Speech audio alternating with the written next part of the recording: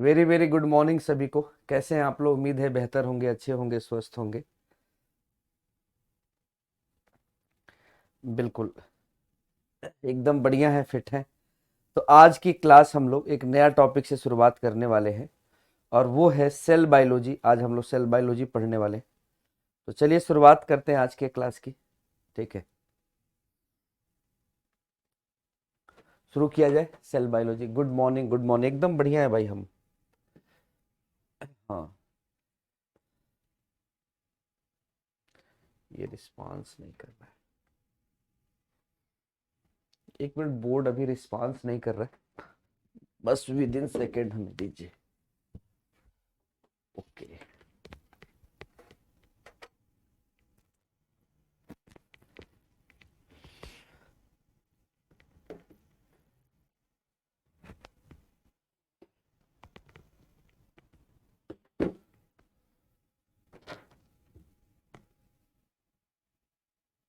ठीक है, देखो, सेल बायोलॉजी की बात करें तो आप जानते हैं कि सारे के सारे जो जीव होते हैं ना, वो सारे जीव जो होते हैं वो सेल से ही मिलकर बने होते हैं। तो सारे जीव किससे बनते हैं? सेल से बने होते हैं।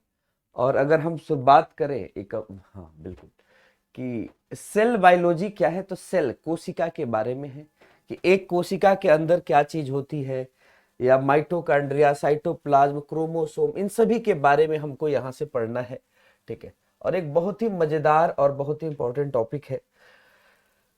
आज के सेशन में हम यहीं से शुरुआत होगी, यानी आज हम लोग सेल बायोलॉजी की शुरुआत करेंगे। ठीक है,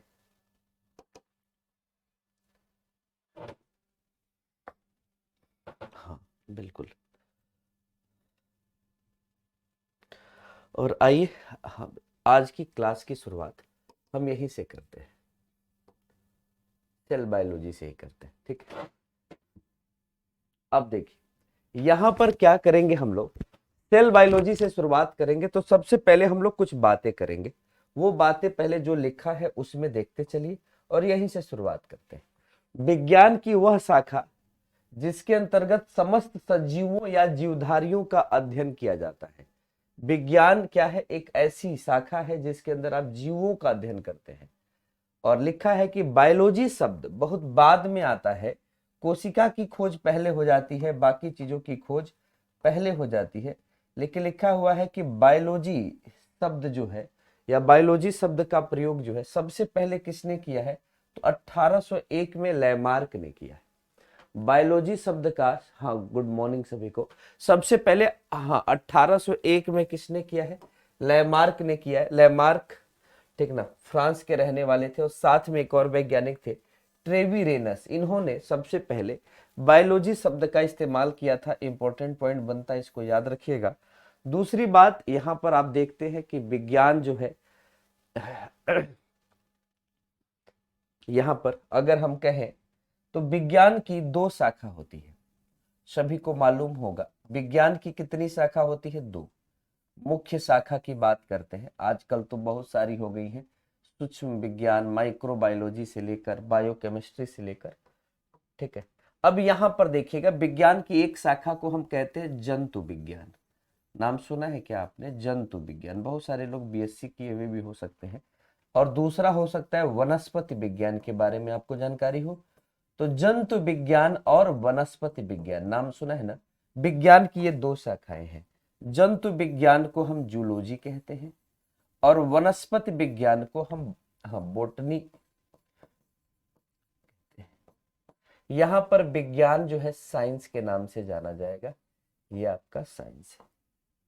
आइए विज्ञान के बारे में अगर हम चर्चा करते हैं, या जंतु विज्ञान, अब देखिए एक एक चीजों के बारे में हम जानते हैं क्या है। यहां पर ये सारी चीजें आप जानते हैं।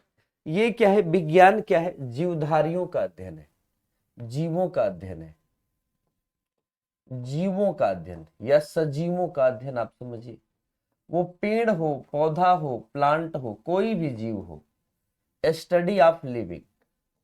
तो स्टडी ऑफ लिविंग जो है वो क्या है? बायोलॉजी है।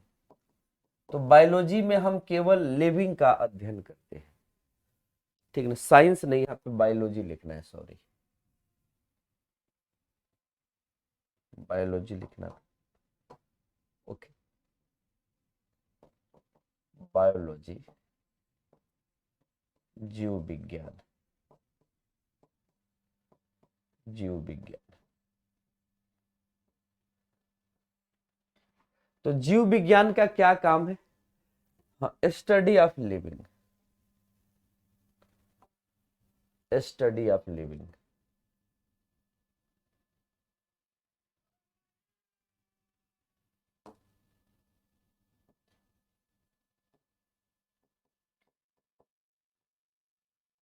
तो सजीवों का अध्ययन क्या है? बायोलॉजी है। और ऐसे ही अगर हम कहें कि हाँ, अरस्तु को कहा गया कि अरस्तु क्या है, एरिस्टोटल क्या है, तो एरिस्टोटल को कहा गया जंतु विज्ञान, क्या कहते हैं, जीव विज्ञान का पिता। इनको जीव विज्ञान का पिता कहा गया कि ये जीव विज्ञान के जनक हैं, जीव विज्ञान के पिता हैं।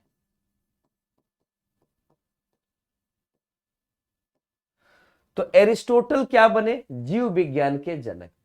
अब एक बात बताइए, जंतु विज्ञान में किसका अध्ययन करेंगे? तो जंतु विज्ञान में जंतुओं का अध्ययन करेंगे, एनिमल्स का अध्ययन करेंगे, जंतुओं का अध्ययन करेंगे।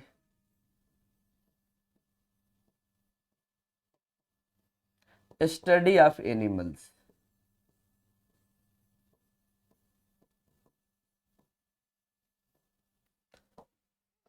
और यहां पे हम किसका अध्ययन करेंगे? वनस्पति विज्ञान में पादपों का अध्ययन करेंगे। ठीक है,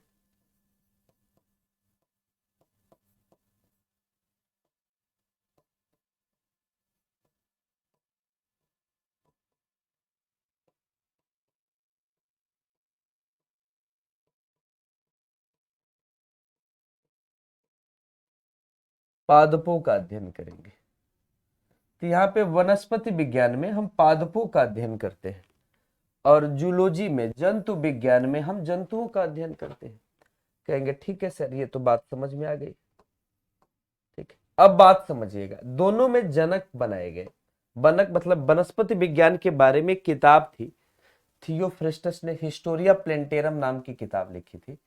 तो वनस्पति विज्ञान के जनक हम किसको कहते हैं? तो वनस्पति विज्ञान के जनक यानी फादर ऑफ बॉटनी,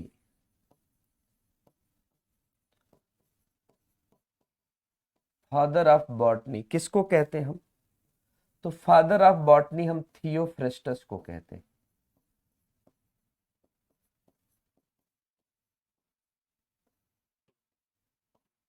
थियोफ्रिस्टस को हम क्या कहते हैं? Father of botany.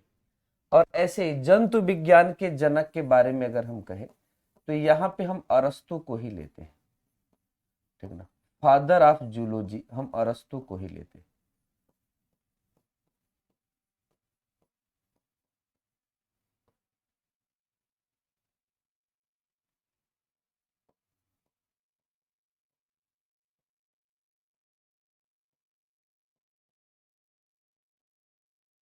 अरस्तु को लेते हैं।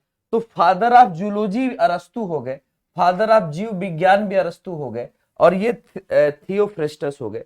इनकी एक बुक है जो बड़ा फेमस है, हिस्टोरिया प्लेंटेरम। इनकी किताब का नाम है हिस्टोरिया प्लेंटेरम। प्लेंटेरम ये इनकी किताब है, हिस्टोरिया प्लेंटेरम। ठीक है, हिस्टोरिया प्लेंटेरम ये इनकी किताब। ठीक है, अब चलते हम लोग, ये कहां से आ गया? इस फिगर को यहां तो आना नहीं चाहिए था। अब यहां से कोशिका और कोशिका के बारे में यहां से स्टडी शुरू हो जाएगी। ठीक है, चलिए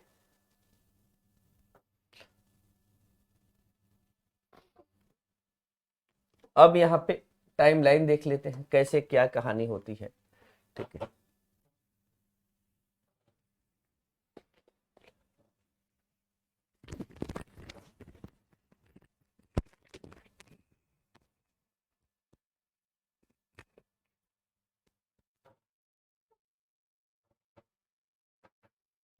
देखिएगा, सबसे पहले ऐसे समझिएगा, 1674 ईस्वी की बात है, 1674।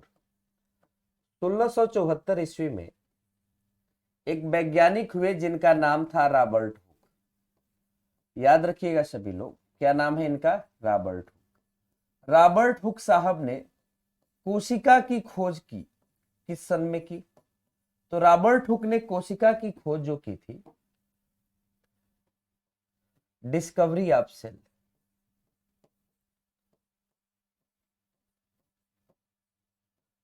डिस्कवरी ऑफ सेल, कोशिका की खोज।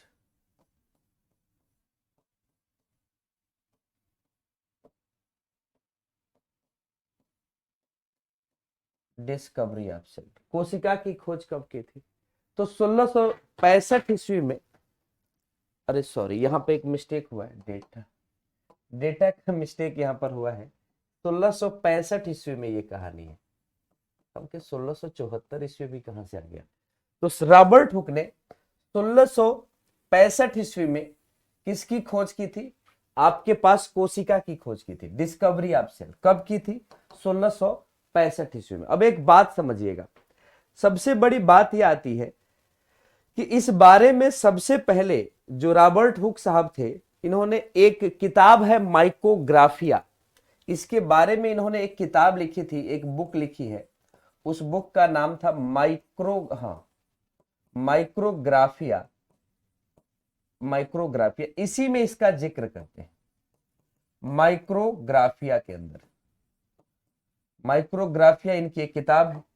अब जिक्र क्या करते हैं? तो इनके बारे में देखिएगा, कोशिका की खोज की थी। कोशिका की खोज तो हो गई, लेकिन कोशिका की खोज में बात क्या हुई? तो आप जानते हैं कि कार्क कोशिका होती है ना, कार्क कोशिका। तो कार्क कोशिका में, कार्क के अंदर इन्होंने कोशिका की खोज की थी, कार्क के अंदर। और इन्होंने कहा था कि जो कोशिका होते हैं, जो सेल होते हैं, वो मधुमक्खी के छत्ते के आकार के होते हैं। मधुमक्खी के छत्ते के आकार के होते हैं।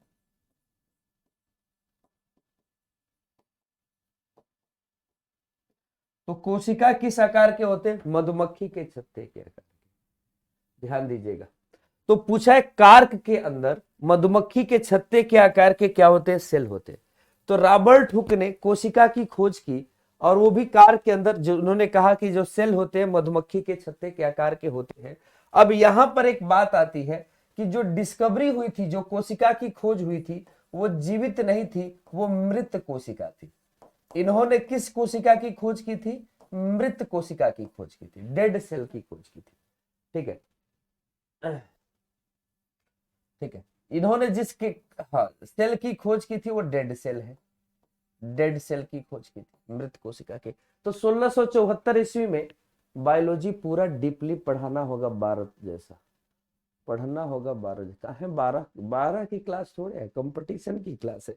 12 से अलग देखिए आप लोग, यही एक मिस्टेक है छोटा सा, कि 10th 11th 12th अलग चीज है, कंपटीशन अलग चीज है।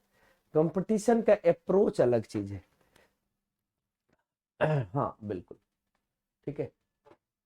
हनी कॉम्ब लाइक स्ट्रक्चर, देखिए एक शब्द हमने हिंदी में लिख दिया था, लेकिन एक भाई ने कहा सर जी इसका अंग्रेजी भी लिख दीजिए, हनी कॉम्ब लाइक स्ट्रक्चर। तो 1674 ईस्वी में किसकी खोज होती है? बिल्कुल, डिस्कवरी ऑफ सेल होती है। अब यहां पर एक और बात देखिए, रॉबर्ट हुक साहब को हम लोग father of cell biology, father of cell biology कहते हैं।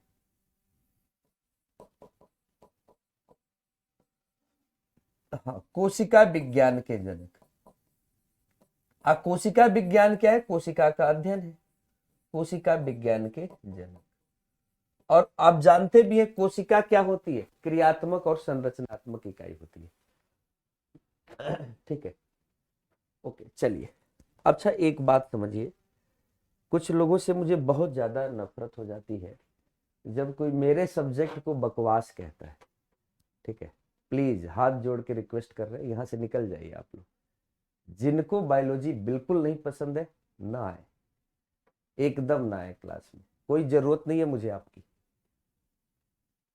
ध्यान दीजिए, ठीक। कम से कम किसी के लिए पूजा है, कोई एकदम एकदम आत्मा के साथ, एकदम पूरा मन से पढ़ा रहा है, ठीक है, एकदम पूरी चीजें, एक एक चीजें बताना चाहे, और आपके एकदम बकवास विषय है। क्या आपको ये बोलने का हक है कि बकवास विषय है? मेरे सब्जेक्ट को आप बकवास बोलेंगे? हाँ, आप इसको अपना नहीं बना पा रहे, अपना सब्जेक्ट इसको नहीं बना पा रहे, तो आप कुछ भी बोल देंगे। जब तक बोलते रहेंगे तब तक आपको अच्छा लगेगा? हाँ, कभी भी आपको अच्छा लगेगा ही नहीं, ठीक ना? जो विषय आपको नहीं पसंद आएगा वो कहाँ से अच्छा लगेगा? ठीक है, चलिए क्षमा चाहिएगा अगर आपका दिल दुखा हो, मेरी बातें थोड़ी सी कड़वी होती हैं।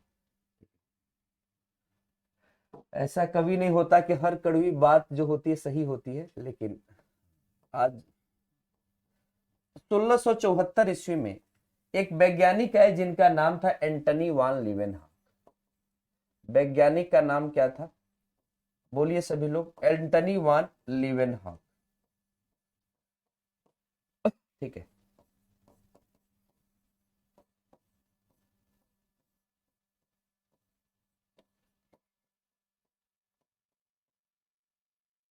एंटनी वान लीवेनहॉक।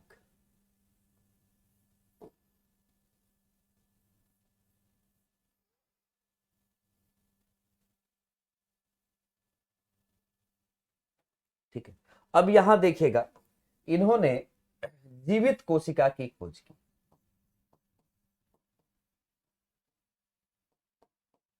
जीवित कोशिका की खोज, तो अगर आपसे पूछा जाए जीवित कोशिका की खोज किसने की थी? Discovery of living cell. इन्होंने डिस्कवरी ऑफ लिविंग सेल, जीवित कोशिका की खोज किसने की थी? एंटनी वान लीवेनहॉक ने की थी। ठीक है, ओके, क्लियर है, कोई डाउट तो नहीं? ठीक है, कार्क कहां होता है? तना में होता है, तनाव में। कार्क जो होता है तनाव में होता है। भैया ये आपको छोटा दिखाई दे रहा है क्या? हम्म? इससे जब बड़ा लिख रहे हैं तो आप कह रहे हैं कि सर और बड़ा लिखिए। पागले हैं सब, मैंने छोटा ही लिखना चाहिए था। ठीक है, अब देखिएगा, एंटनी वान लीवेनहॉक ने जीवित कोशिका की खोज की थी, और एंटनी वान लीवेनहॉक ने एक और काम किया था।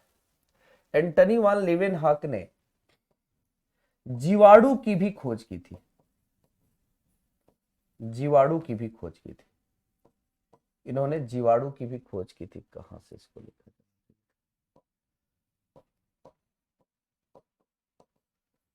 जाए? जीवाणु की खोज, डिस्कवरी ऑफ बैक्टीरिया। अब देखिएगा, डिस्कवरी ऑफ बैक्टीरिया में दो डेट हैं जो आपको बताए जाते हैं, एक 1681 और एक 1676। ठीक है, दो डेट हैं जो बोले जाते हैं। ओके, कहीं कहीं पे लिखा हुआ है 1676 में इन्होंने जीवाणु की खोज की थी, और आप जानते हैं 1674 ईस्वी में इन्होंने जीवित कोशिका की खोज की थी। तो 1674 ईस्वी में इन्होंने क्या किया था? जीवित कोशिका की खोज। और जीवाणु की खोज 1676 में, कुछ जगहों पे 81 भी लिखा हुआ है, मैं आपको बता दे रहा हूं। तो यहां से दो बातें आती हैं। एक बात आती है कि फादर ऑफ बैक्टीरियोलॉजी किसे कहते हैं? जीवाणु विज्ञान का जनक कौन है? ठीक ना, जीवाणु विज्ञान का जनक हम किसे कहेंगे?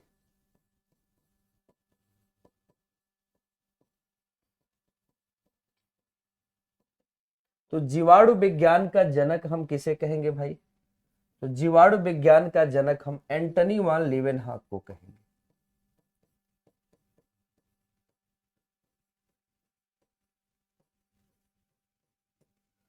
एंटनी वान लीवेनहॉक को कहेंगे।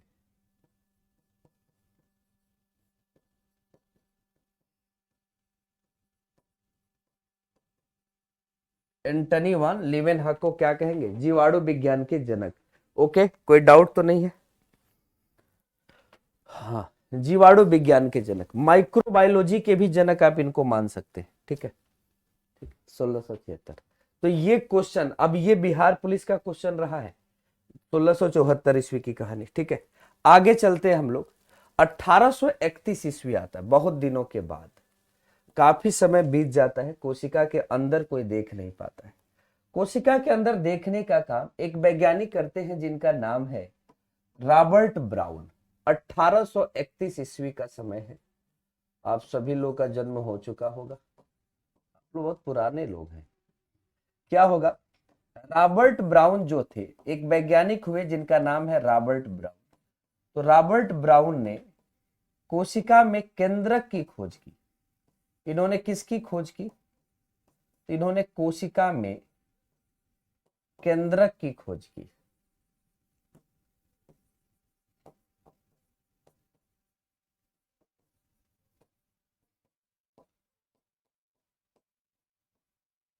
इन्होंने कोशिका में किसकी खोज की? केंद्रक की खोज की। डिस्कवरी ऑफ न्यूक्लियस, ठीक है, रॉबर्ट ब्राउन। तो रॉबर्ट हुक ने किसकी खोज की थी? कोशिका की। और रॉबर्ट ब्राउन ने किसकी खोज की थी? तो डिस्कवरी ऑफ न्यूक्लियस। इन्होंने केंद्रक की खोज की, न्यूक्लियस की खोज की। और कब खोजा था? 1831 ईस्वी में कहा खोजा था। कब खोजा था भाई? 1831 ईस्वी में। Okay,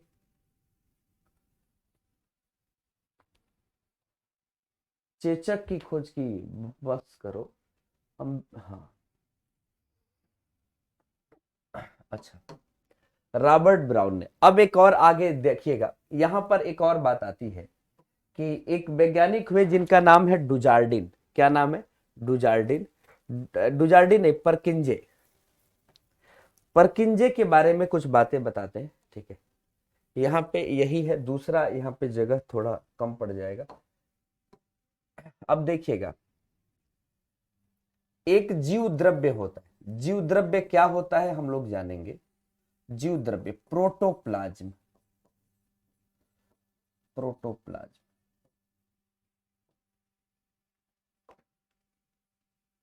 protoplasm. प्रोटोप्लाज्म क्या है? जीव द्रव्य क्या है? तो जीव द्रव्य आप जानते हैं, जीव द्रव्य हम किसे कहते हैं?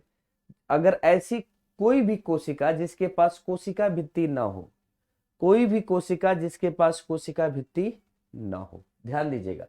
तो cell without cell wall, cell without cell wall, ठीक ना।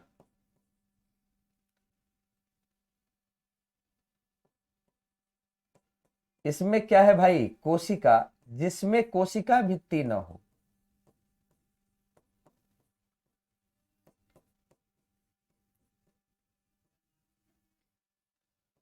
कोशिका जिसमें कोशिका भित्ति अनुपस्थित हो। तो कोई भी कोशिका जिसमें कोशिका भित्ति अनुपस्थित हो, उसी को हम क्या कहेंगे? प्रोटोप्लाज्म कहेंगे। अब यहां पर तीन वैज्ञानिक आते हैं। पहले वैज्ञानिक का नाम है डुजार्डिन। डुजार्डिन नाम के जो वैज्ञानिक हुए, इन्होंने क्या किया था? इन्होंने जीवद्रव्य का खोज किया था। तो जीवद्रव्य की खोज किसने की? तो जीवद्रव्य की खोज का श्रेय जाता है डुजार्डिन को। दूसरे वैज्ञानिक आए जिनका नाम आप जानते हैं, परकिंजे बोला जाता है। परकिंजे।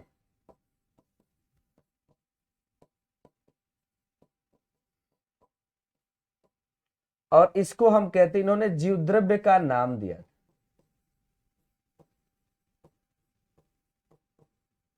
इन्होंने जीवद्रव्य का क्या दिया था? नाम दिया था।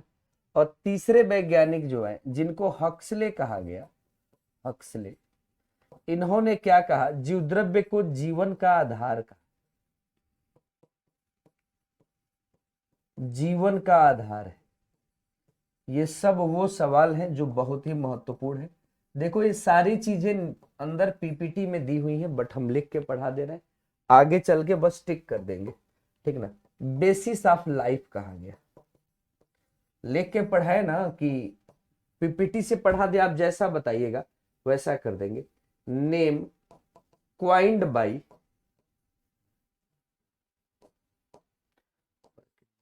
तो परकिंजे ने नाम रखा था। और डिस्कवरी किसने की थी? तो डिस्कवरी ऑफ प्रोटोप्लाज्म, ये जाता है किसको? डिस्कवरी ऑफ प्रोटोप्लाज्म जाता है डुजार्डिन को, ठीक है। तो ये आपके लिए इंपॉर्टेंट फैक्ट है, ठीक है। तो यहां पर आपने देखा 1831 ईस्वी में केंद्रक की खोज की थी। कोशिका में किसकी खोज हुई थी? केंद्रक की। तो अगर एक सेल की बात करें ना, कोशिका की बात करें, तो कोशिका में सबसे बाहर क्या होता है? Cell wall, cell wall. और जो बाकी बचता है ना, इसी को हम प्रोटोप्लाज्म कहते हैं। प्रोटोप्लाज्म, जीव द्रव्य। तो जीव द्रव्य में क्या क्या पाए जाते हैं? तो जीव द्रव्य में पाया जाता है साइटोप्लाज्म। साइटोप्लाज्म का मतलब होता है कोशिका द्रव, सेल ऑर्गेनेल्स, सेल ऑर्गेनेल्स। और पाया जाता है साइटोप्लाज्म, सेल ऑर्गेनेल्स के अलावा पाया जाता है न्यूक्लियस, केंद्रक। और अंदर पाया जाता है न्यूक्लियस, न्यूक्लियर, न्यूक्लियोप्लाज्म लिख देते हैं, न्यूक्लियोप्लाज्म। एक एक चीज है। इसको हम कहते हैं कोशिका द्रव,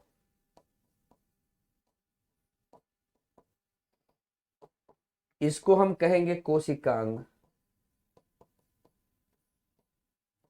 केंद्रक,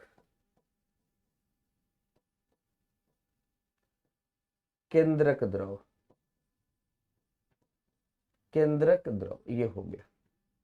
तो ध्यान में रखिए, लिख कर सही लगता है 2 बार हो जाता है। सबका हो गया।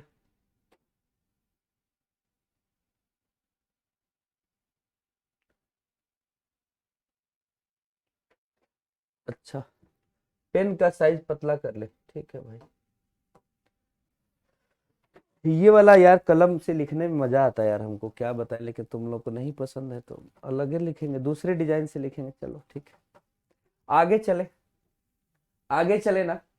हाँ, आगे एक और बात बता देता हूं और उसके आगे चलते हैं। अब बात आती है 1838 में। 1838 में, 1838 ईस्वी की बात आती है।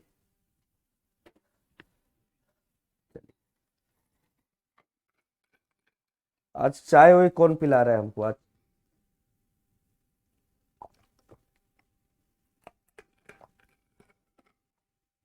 सब लोग बढ़िया है ना, हाल चाल ठीक है? चलिए, हाँ राजकिशोर बाबू जाओ 2 4 चाय लाओ, सब लोग को थोड़ा थोड़ा पिलाओ। 1838 ईस्वी की बात है, बिल्कुल। हाँ, 1838 ईस्वी में एक वैज्ञानिक हुए जिनका नाम था एमजे स्लाइडेन और थियोडर स्वान। 2 वैज्ञानिक हुए, एक का नाम है थियोडर स्वान जो जूलॉजी के वैज्ञानिक थे, और एक वैज्ञानिक है जिनका नाम था, स्लाइडेन का नाम कहीं लिखा ही नहीं क्या?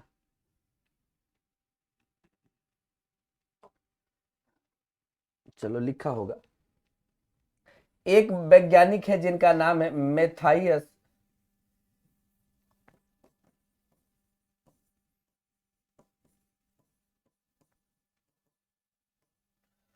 और 1839 ईस्वी में एक वैज्ञानिक हुए जिनका नाम था थियोडर स्वान।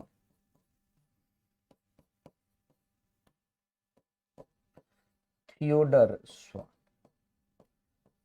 ठीक है ना, थियोडर स्वान। तो मेथाइयस स्लाइडेन और थियोडर स्वान में,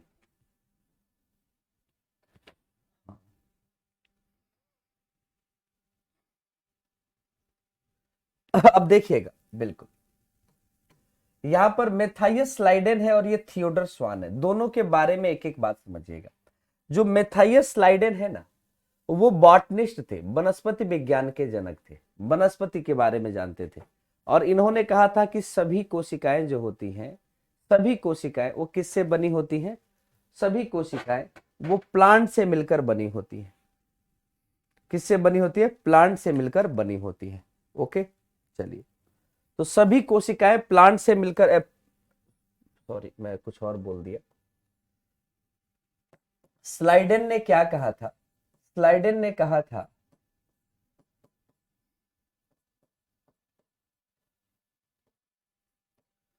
प्लांट यानी पादप जो होते हैं ना, जितने भी प्लांट है, पादप कोशिकाओं से मिलकर बने होते हैं।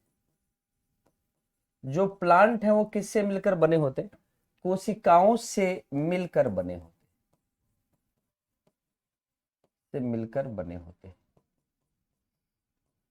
और सेम लाइन इन्होंने कहा, क्या कहा इन्होंने?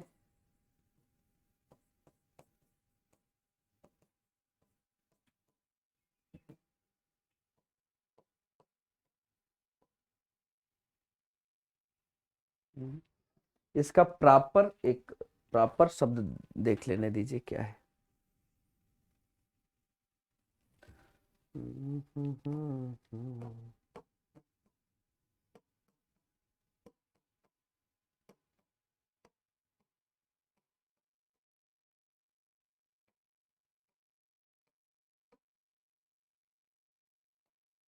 सेल थ्योरी गया कहाँ?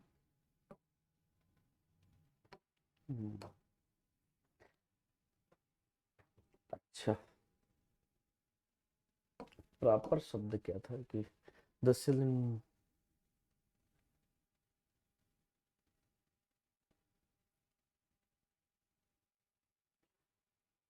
ठीक है बेटा, इन्होंने यही कहा कि जो प्लांट होते कोशिकाओं से मिलकर बने होते, प्लांट या प्लांट है, ऐसे लिख देता हूं, cell is the basic unit of life, basic unit of plant. बस इतना ध्यान देना है कि जो स्लाइडेन है ना, ये बॉटनी से जुड़े हुए थे, बॉटनिस्ट थे। तो जो बॉटनिस्ट है ना, वनस्पति शास्त्र, वनस्पति शास्त्री थे। तो इन्होंने जो बातें कही वो प्लांट के लिए कही, और थियोडर स्वान ने जो बातें कही ना, ये जूलॉजिस्ट थे। तो इन्होंने वही बात कही, लेकिन इन्होंने किसके लिए कही? एक तरह से देखा जाए जंतुओं के लिए कही। कभी कभी ऐसा लगता है कि ये भाई साहब इनकी बातें ही पढ़कर अपनी बात कह दिए, माने कहे कि वो प्लांट बोले हैं तो हम जंतु बोल दिए, बस इतना काफी हुआ था। तो इन्होंने क्या कहा कि जंतु, जो भी जंतु हैं, कोशिकाओं से मिलकर बने होते हैं। अब ये देखिएगा, ये अलग बातें हुई, अलग अलग बातें इन्होंने कही, दोनों लोगों ने। जंतु कोशिकाओं से मिलकर बने होते हैं, इसका क्या मतलब है?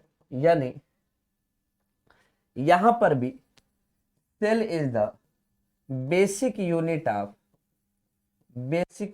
Of animals. जो भी जंतु है ना, इनका बेसिक यूनिट क्या है? कोशिका है।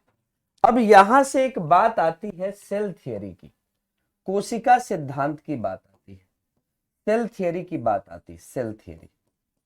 तो जब हम कोशिका सिद्धांत की बात करते हैं ना, कोशिका सिद्धांत की, तो हम ये पूछते हैं कि भैया कोशिका सिद्धांत दिया किसने था? एग्जाम में आता है, दो दो वैज्ञानिक मिला के दे देगा, गलतियां हो जाती हैं उसी में।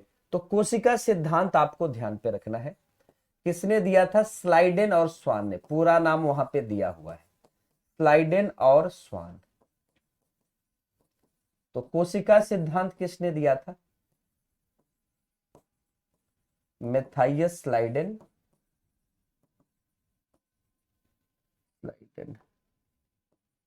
और थियोडर स्वान,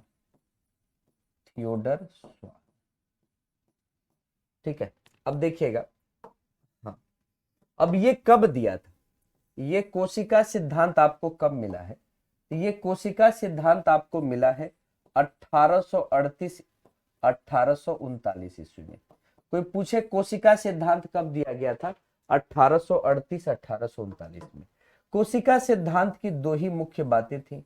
एक बात थी कि सभी जीव कोशिकाओं से मिलकर बने होते। क्यों? क्योंकि इन्होंने प्लांट की बात की, इन्होंने एनिमल की बात की, तो मिला दिया गया, कह दिया गया कि सभी जीव कोशिकाओं से मिलकर बने होते। सभी जीव किससे मिलकर बने होते?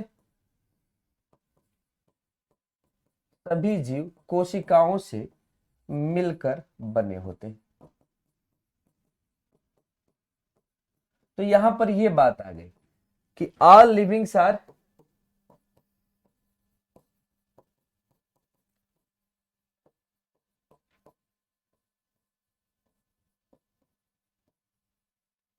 सभी जीव किससे मिलकर बने होते? कोशिकाओं से मिलकर बने होते। तो इन्होंने कहा कि सभी के सभी जीव कोशिकाओं से मिलकर बने होते हैं।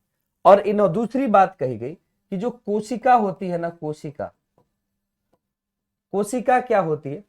तो कोशिका जीवों की क्रियात्मक और संरचनात्मक इकाई होती है। कैसी इकाई होती है? क्रियात्मक तथा संरचनात्मक इकाई होती है।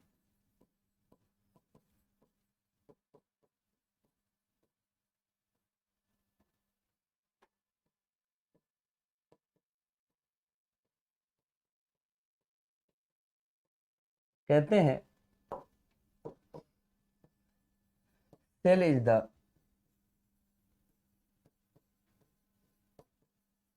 structural and functional unit of life. Functional unit of life.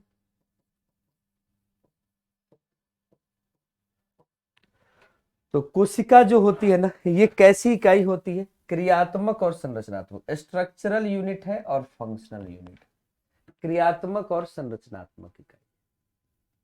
ठीक है, पहले समझ लो। हाँ बिल्कुल, क्या दिक्कत हुई? किसी को कोई दिक्कत हो तो बताए। तो कोशिका सिद्धांत में दो सिद्धांत दिए गए। एक ये कहा गया कि कोशिका जो होती है क्रियात्मक और संरचनात्मक इकाई होती है, और दूसरा कोशिका मतलब जीवों की क्रियात्मक संरचनात्मक के अलावा सभी जीव कोशिकाओं से मिलकर बने होते हैं। स्लाइडेन और स्वान ने 1838-1839 में दिया। अब एक वैज्ञानिक आते हैं जिनका नाम है रूडोल्फ विर्चो, और ये बात है 1954 के करीब की। कब की बात है? इसको थोड़ा आप देखे रहिएगा। इसको हम कहते हैं, इसको टाइमलाइन कहते हैं, और यहीं से हमने सारी बातें आपको दिखाई हैं। इसको मैं बड़ा कर देता हूं, तो यहाँ पे इसी को हमने आधार मान लिया है। ठीक है ना, यहाँ पर सारे वैज्ञानिकों के नाम दिया हुआ है, तो आप यहाँ से शुरुआत करेंगे ना तो सारी चीजें आपको एक साथ मिल जाएंगी। ठीक है, यहाँ पर बात आती है 1955 की। रूडोल्फ विर्चो यहाँ पर आते हैं 1955 के।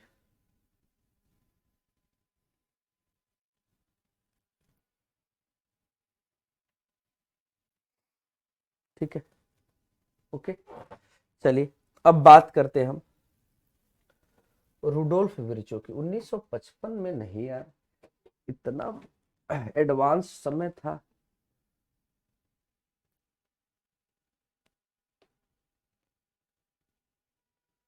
एक मिनट रुकिएगा।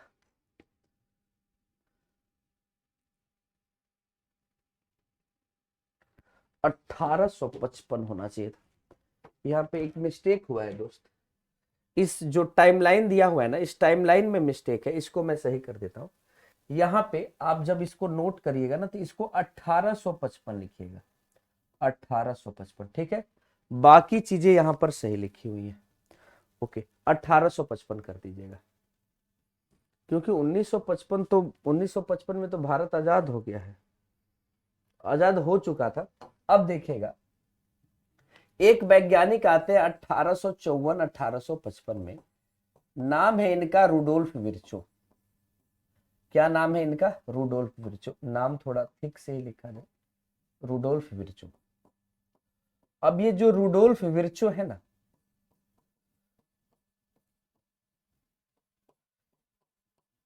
इन्होंने ये बताया कि जो कोशिकाएं हैं वो कहां से उत्पन्न हुई हैं। तो इन्होंने एक लाइन कही है, इस लाइन के बारे में आपने सुना होगा। ये लाइन ओमनिस सेलुला ए सेलुली, ओमनिस सेलुला ए सेलुली। क्या कहा इन्होंने? ओमनिस सेलुला ए सेलुली। फ्यूल का पीडीएफ इंग्लिश में नहीं गया? अच्छा अच्छा, बाकी सब में वो क्या कहते हैं, कल वर्कशीट अपडेट हो गई है, सारी वर्कशीट आप देख सकते हैं। कुछ बायोलॉजी की, कुछ क्लास में एडवांस भी वर्कशीट हमने अपलोड करा दी है, कि पढ़ाते जाएंगे, आप पढ़ते जाइएगा। ठीक है, बिल्कुल मैं एक बार कर दूंगा। नैन्सी एक बार मैसेज, अरे तुम्हारा, ठीक, अभी करता हूँ। ओमनिस सेलुला ए सेलुली, ओमनिस सेलुला ए सेलुली का मतलब क्या होता है? इसका मतलब होता है हाँ, कि new cell arises from pre-existing cell. New cell arises from pre existing cell. इसका हिंदी मतलब क्या होता है? इसमें कहा गया कि नई कोशिकाएं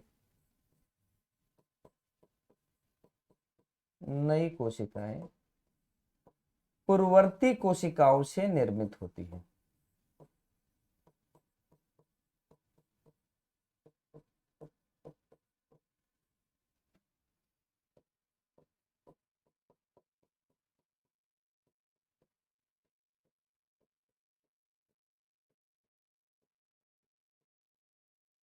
तो नई कोशिकाएं किससे निर्मित होती है? पूर्ववर्ती कोशिकाओं से निर्मित होती है। ठीक है, क्लियर है? नई कोशिकाएं किससे निर्मित होती है? पूर्ववर्ती कोशिकाओं से। अब यहां से एक बात हम लोग करते हैं। अब 1855 ईस्वी की बात समझिए, और 1855 ईस्वी में हम क्या कहेंगे, इसको बोलते हैं मॉडर्न सेल थियरी, आधुनिक कोशिका सिद्धांत दिया गया। 1855 ईस्वी में मॉडर्न सेल थियरी दी गई, आधुनिक कोशिका सिद्धांत। अच्छा, इसमें हमको प्रिंसिपल लिखना पड़ता।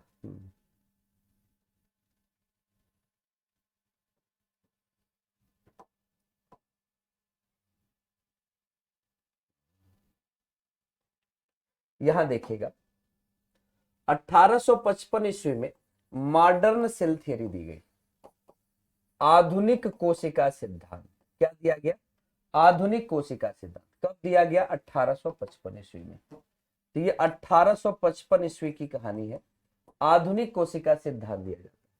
और ये सिद्धांत दिया किसने था बाबू? यहां पे इंग्लिश में ही हम लिख देते हैं, ठीक है, एक ही भाषा में थोड़ा जगह यहां पर एडजस्ट करना पड़ेगा। एक वैज्ञानिक थे मैथाइयस स्लाइडेन, दूसरे वैज्ञानिक हैं थियोडर स्वान, तीसरे वैज्ञानिक का नाम आप लिखिएगा, मैथाइयस स्लाइडेन, थियोडर स्वान। तीसरे वैज्ञानिक कौन है? Rudolf Virchow. तो आधुनिक कोशिका सिद्धांत 3 वैज्ञानिक देते हैं, रुडोल्फ विर्चो। तो ये विर्चो दिए, यहां पर स्वान दिए, और यहां पर स्लाइडेन दिए। ये 3 लोगों ने दिया। और क्या दिया? ये बातें आप देख रहे हैं। तो ये 2 सिद्धांत तो था ही, बहुत बढ़िया।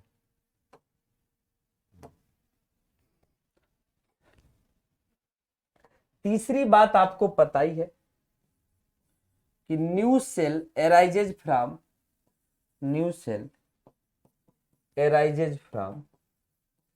Pre existing cell.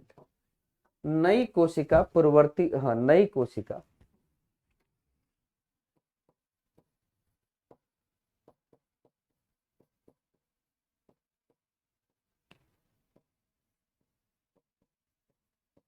पूर्ववर्ती कोशिका से बनती है।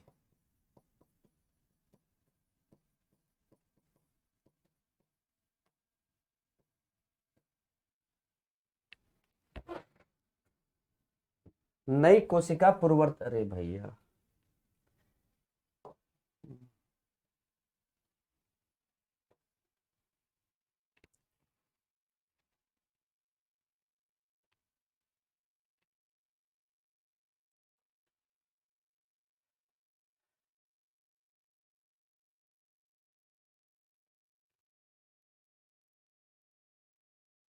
क्या हो जाएगा? ये आपका मॉडर्न सेल थ्योरी हो गया। हाँ, 1855 में देखिएगा, मैं 1838-39 वाला जैसा था वैसा ही है आपका, मैंने इसको नहीं बदला है। मैं कॉपी कर लिया था ना, उस पेज को कॉपी करके फिर मैं लेके गया, और 1855 में मॉडर्न सेल थियरी आई। और एक बात इसमें ऐड हो गई, मॉडर्न, हाँ बिल्कुल। कैसे? खिचड़ी इसलिए होगी, आप एक ही चीज को अलग अलग, मतलब एक ही चीज में सब काम करे होंगे।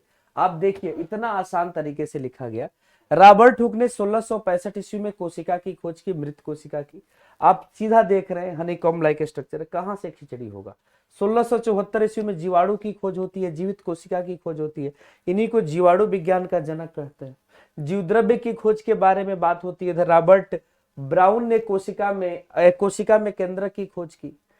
जीवद्रव्य के खोज नाम और उसका जीवन का आधार कहा गया, ये बारे में बताए। यहाँ पे बताए कि दोनों वैज्ञानिकों ने क्या बात कही थी और इन्हीं को मिला के कोशिका सिद्धांत दिया गया। अब आप इसी को काट कूट किए होंगे तो मैं क्या बताऊं। यहाँ पे रुडोल्फ विर्चो ने अपनी बात कही और फिर आपका आधुनिक कोशिका सिद्धांत आ गया। हिंदी इंग्लिश आप मुझे दो भाषा में लिखना, आप तो एक ही भाषा में लिखे होंगे ना, आप लोग तो एक ही भाषा में लिखे होंगे। तो कल की जो क्लास होगी ना, कल की क्लास में याद दिला दीजिएगा मुझे, नहीं तो कई के बार भूल मत जाए। क्या याद दिलाना है कि सर जी यू कैरियाटिक और प्रो कैरियाटिक पढ़ाना है। तो यू कैरियाटिक और प्रो कैरियाटिक सेल पढ़ाऊंगा, और दूसरा जानते हैं क्या पढ़ाना है, प्लांट सेल और एनिमल सेल पढ़ाऊंगा। इसके बाद आपका जो दूसरा टॉपिक होगा सेल ऑर्गेनेल्स का, वो शुरू हो जाएगा। ठीक है। हाँ बिल्कुल, नैन्सी को जो अनब्लॉक करने वाली चीज है ना, इनको ब्लॉक मैं किया नहीं था। इनको ब्लॉक जब ये हो, उस समय किसी और ने किया था, इस वजह से ये मेरे द्वारा अनब्लॉक नहीं हो पाएंगे। अब जो ब्लॉक किया था उसी से दो तीन बहुत सारे लोग उसमें एडमिन हैं। ठीक है, एक बार मैं देख लेता हूँ। ये दिक्कत है इसी वजह से, नहीं तो इनको तो मैं हमेशा कर दिया होता।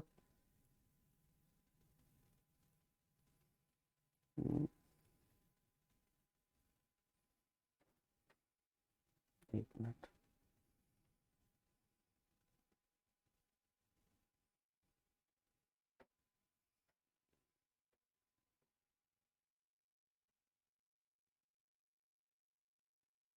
ठीक है बेटा, तो फिर हम बाकी चीजें इनको हम तब तक देखते हैं।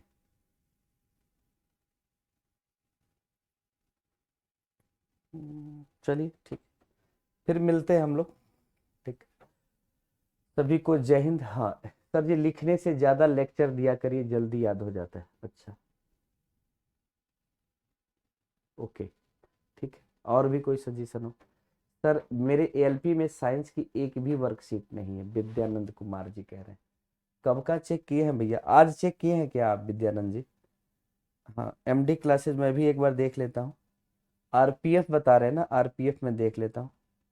कल ही रात में हम वर्कशीट अपडेट कराए हैं। रात में 11 बजे यहाँ से जाना होता है, सुबह सबसे पहले आना होता है, तो जाहिर सी बात है साइंस की वर्कशीट देखिएगा आप थोड़ा जाके, तो आपको मिलेगी, साइंस की वर्कशीट आपको मिलेगी।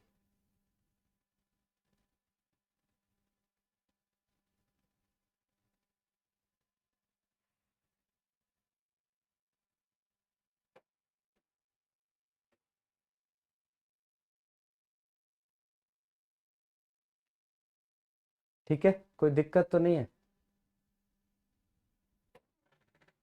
राइट साइड में कटने लगता है, अच्छा ठीक है, मैं देखूंगा बाकी चीजें। ओके ठीक है, नैन्सी वाला काम मैं करा देता हूँ, ठीक है, उसकी चिंता मत करिए, बाकी ठीक है।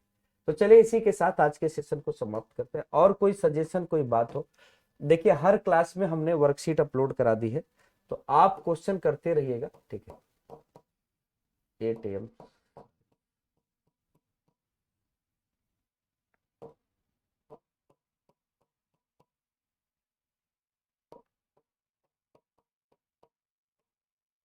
आज 30 जनवरी है ना, बिल्कुल।